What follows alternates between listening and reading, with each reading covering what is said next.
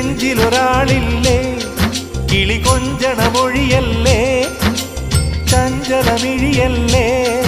മലർ മഞ്ചമൊരുങ്ങിയില്ലേ